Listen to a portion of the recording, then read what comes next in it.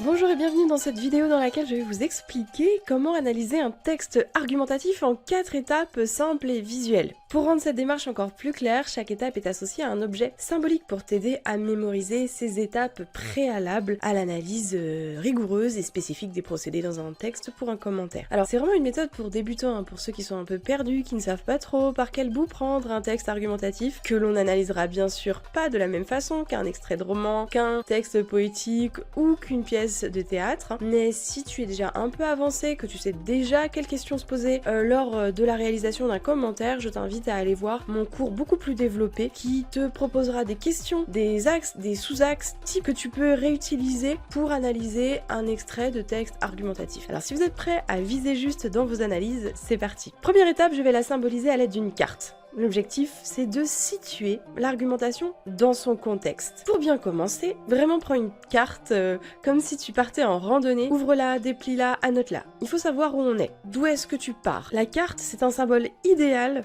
pour te rappeler qu'il est essentiel de te repérer dans le texte. Tu dois identifier tout d'abord l'auteur, le contexte historique et culturel. Plus encore que pour les autres genres, cette étape-là est déterminante. À quelle époque ce texte a-t-il été écrit? Quelles grandes idées sont débattues à ce moment-là? Tu vas ensuite situer l'extrait dans l'œuvre. Peut-être que tu n'as pas le texte en entier, hein. Peut-être qu'il s'agit juste de l'introduction d'un discours, du développement d'un texte argumentatif ou bien de la conclusion d'un autre discours par exemple. Trouve ensuite le thème essentiel et la thèse défendue par l'auteur. Ainsi la carte te donne une vue d'ensemble et te permet de situer les enjeux du texte. Deuxième étape, nous sommes dans l'analyse d'un texte argumentatif. On la représente donc par une balance. La balance te permet d'analyser les arguments, les contre-arguments. En effet, dans un texte argumentatif, les idées s'opposent ou se complètent. La balance symbolise en fait le fait de sous-peser les arguments. Donc comme on l'a dit précédemment, il est essentiel que tu aies bien en tête la thèse défendue par l'auteur. Que cherche l'auteur à prouver, à démontrer. Ensuite, identifie les arguments principaux et les exemples qui les soutiennent. Cherchez à voir s'il y a des contre-arguments ou des objections et voyez comment l'auteur y répond ou les anticipe. La balance te permet donc de mesurer la force et l'équilibre de l'argumentation et te permet de dégager les grandes lignes du circuit argumentatif du texte. Troisième étape symbolisée par la loupe. L'objectif est d'analyser là réellement le langage et les procédés argumentatifs. Approche-toi des détails. La loupe est parfaite pour te rappeler qu'il faut examiner la façon, le comment l'auteur construit-il son discours. Je t'invite, pour gagner du temps, à étudier tout d'abord les procédés d'insistance, travaille les répétitions, repère les gradations, identifie les oppositions, repère ensuite les figures de style principales, métaphores, anaphores, interrogations rhétoriques, etc. Analyse bien sûr le ton et le registre déployés dans l'extrait